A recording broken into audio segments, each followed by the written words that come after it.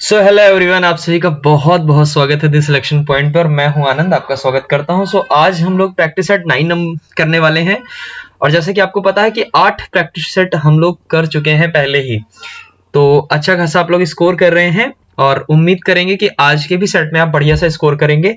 तो चलिए time waste नहीं करेंगे और स्टार्ट करते हैं अपना पहला क्वेश्चन। तो चलिए शुरू करते हैं। तो हमारा पहला प्रश्न है, भाषा की सबसे छोटी इकाई किसे कहते हैं? देखिए, मैंने क्लास में आपको पढ़ाया है कि भाषा की सबसे छोटी इकाई किसे कहते हैं? वर्ण या अक्षर को कहते हैं। तो डी ऑप्शन करेक्ट है। अगला है, भिन्न भिन्न स्वरों के मेल से जो स्वर उत्पन्न होता है उसे क्या कहते हैं? कह रहा है भिन्न भिन्न स्वर। देखिए, अगर समान स्वर होते हैं तो वो हो जाता है दीर्घ स्वर, और यहाँ भिन्न भिन्न स्वरों की बात कर रहा है, तो इसका मतलब इसका उत्तर हो जाएगा संयुक्त स्वर। ओके, नेक्स्ट है, बच्चे बस से पाठशाला जाते हैं। जब जब अलग होने की बात हो रही होती है तो वहां होता है अपादान कारक, और जब ऐसे साधन की बात हो रही होती है तो वहां होता है कर्ण कारक। तो इसका उत्तर हो जाएगा कर्ण कारक। अगला प्रश्न है, निम्नलिखित वाक्यों में आकर्मक क्रियार्थक वाक्य है। आकर्मक कहाँ होता है? जहां पर कर्ता पर कर्म का प्रभाव सीधा पड़ता है, मतलब वहां कर्ता पर क्रिया का प्रभाव सीधा पड़ता है, वहां अकर्मक होता है। जैसे कह रहा है बूंद बूंद से घड़ा भर जाता है, यहाँ कहीं कर्ता की बात नहीं की जा रही है, कह रहा है घड़ा भर जाता है। ठीक है ना? तो ये हमारा क्या हो जाएगा? अकर्मक हो जाएगा। बाकी कह रहा है इस टब से को पानी से भर दो, पानी का असर पड़ रहा है टब पर। खाना खिला रही है, आपको सारे मिल जाएंगे, सारा कुछ क्लास में पढ़ा है हमने।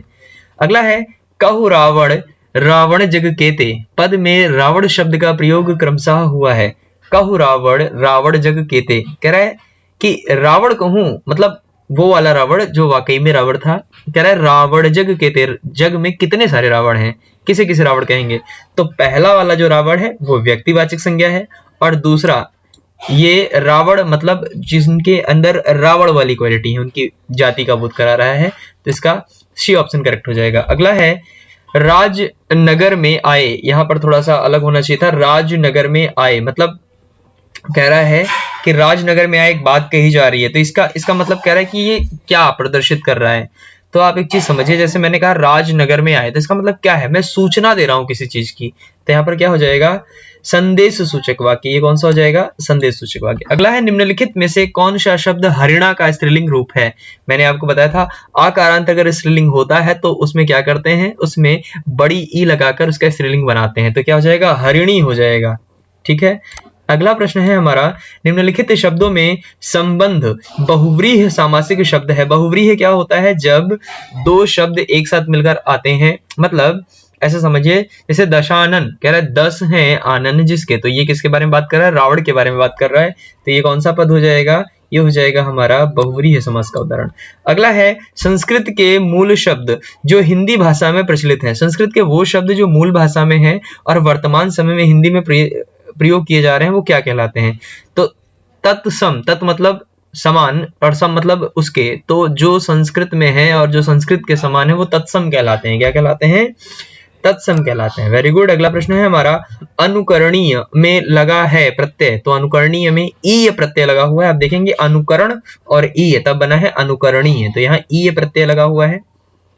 अगला प्रश्न है, निम्नलिखित में शुद्ध वर्तनी वाला शब्द है। तो शुद्ध वर्तनी वाला शब्द पूछा जाए, देखिए मैं आपको फिर से बताऊंगा, जब बात शुद्ध वर्तनी की आती है, अब ये जो बी ऑप्शन पे लिखा है ये करेक्ट होना चाहिए, ठीक है, बट बुक्स में ए वाले को करेक्ट दिखा रहे हैं। ठीक है, तो वैसे तो अंतरराष्ट्रीय पूरा लिखा जाता है, लेकिन अब ऑप्शन इसको माना गया है, इसलिए मैं आपसे कहूंगा आप इसे टिक करके आए पेपर में।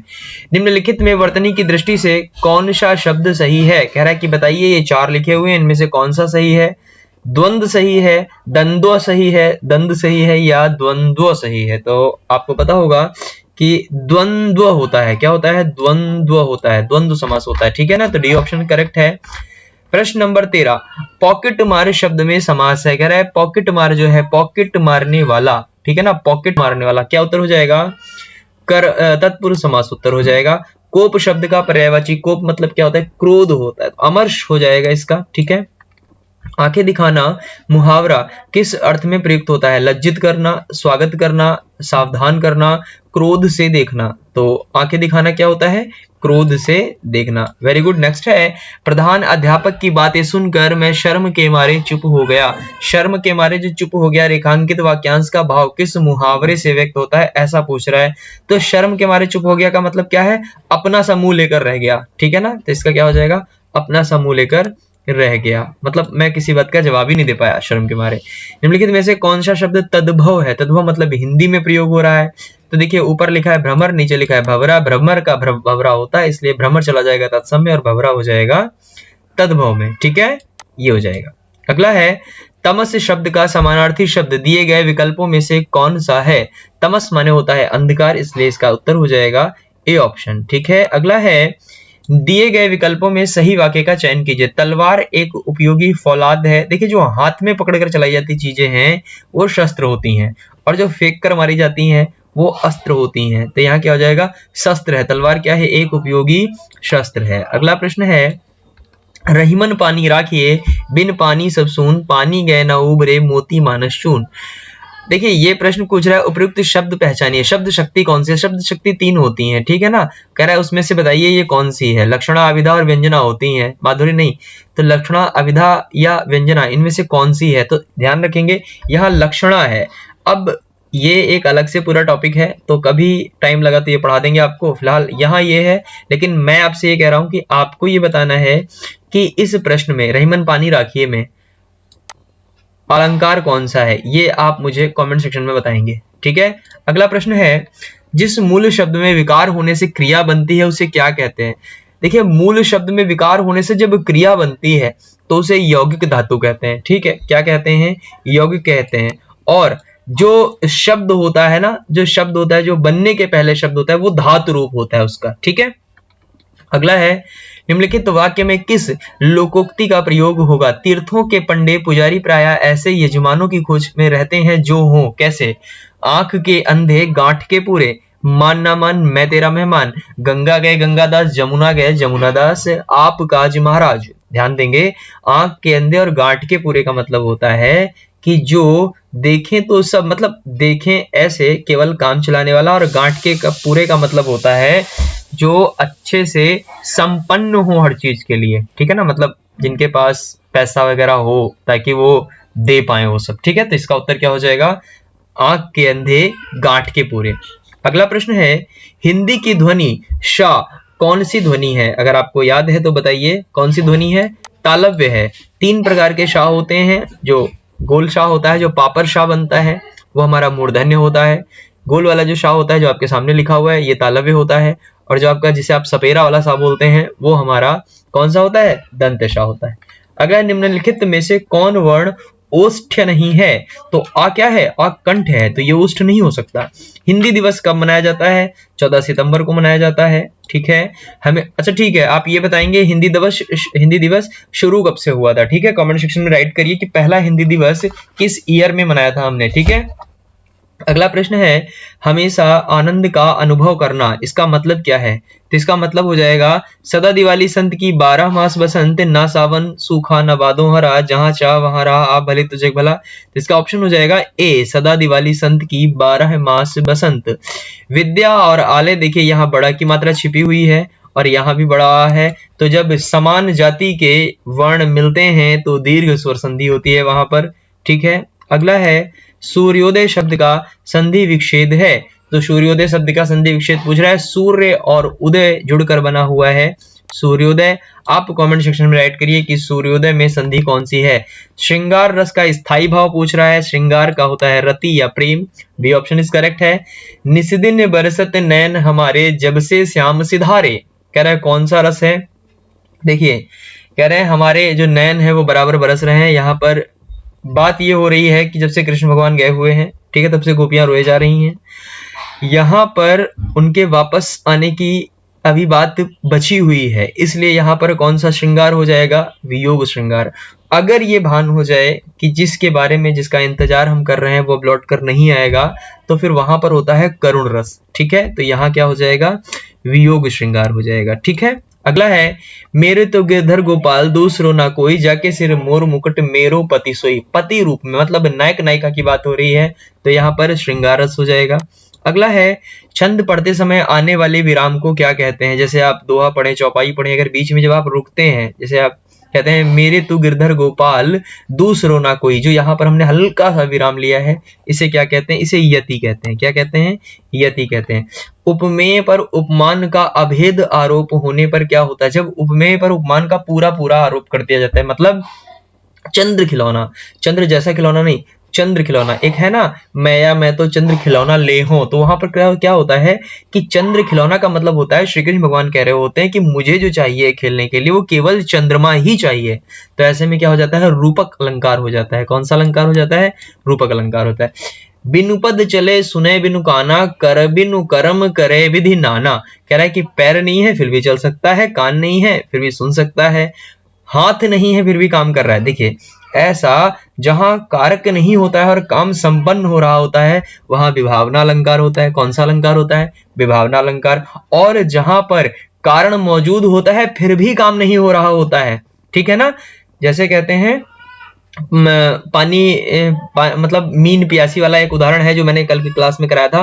तो जहां पर कारण मौजूद होता है और काम फिर भी नहीं हो रहा होता है, ठीक है ना, पानी बिच मीन प्यासी वाला जो है कि पानी के रहते हुए मछली पानी नहीं पी पा रही है, तो वहां पर होता है विशेषोक्ति अलंकार, ठीक है ना, विशेषोक्ति अलंकार होता है वहां पर। और जब कारक होता है, कारक नहीं होता और काम हो रहा होता है, तो वहां होता है विभावना अलंकार। दोनों एक दूसरे के उल्टा है, इसलिए बार बार बता रहा हूं। अगला है निम्नलिखित में संकर शब्द कौन सा है? नारिकेल, चुगलखोर, आतिशबाजी, लफंगा। तो चुगलखोर यहाँ हो जाएगा। संकर शब्द होता है दो शब्दों से जो मिलकर बना होता है, ठीक है ना, दो अलग अलग भाषाओं के शब्दों से मिलकर बना होता है। अगला है विशिष्ट अवसर पर विशिष्ट लोगों के समक्ष दिया गया विद्वतापूर्ण भाषण क्या कहलाता है? अभिभाषण कहलाता है ना, ठीक है, इसे अभिभाषण कहते हैं। अगला है जिसके पास कुछ ना हो उसे क्या कहते हैं? अकिंचन कहते हैं, ठीक है, जिसके पास कुछ नहीं होता है, मैंने क्लास में कराया है। आदि से लेकर अंत तक उसे अद्योपांत कहते हैं। जिसकी आशा ना की गई हो उसे अप्रत्याशित कहते हैं। पृथ्वी के तीन ओर पानी, जैसे कि भारत के तीन तरफ पानी है। अरब सागर एक है पश्चिमी घाट की तरफ, पूर्वी घाट की तरफ बंगाल की खाड़ी है, और अगर दक्षिण की तरफ बात करेंगे तो वहां पर हिंद महासागर है। तो ऐसे में भारत को प्रायद्वीप बोला जाता है। क्या बोला जाता है? प्रायद्वीप बोला जाता है। अब इसको थोड़ा सा जूम कर लेते हैं क्योंकि आपको पूरा पढ़ना है, तो मैं पूरी स्क्रीन पे कर देता हूं इसको। चलिए मेरे साथ पढ़िए, देखते हैं क्या उत्तर लगाएंगे आप इसका।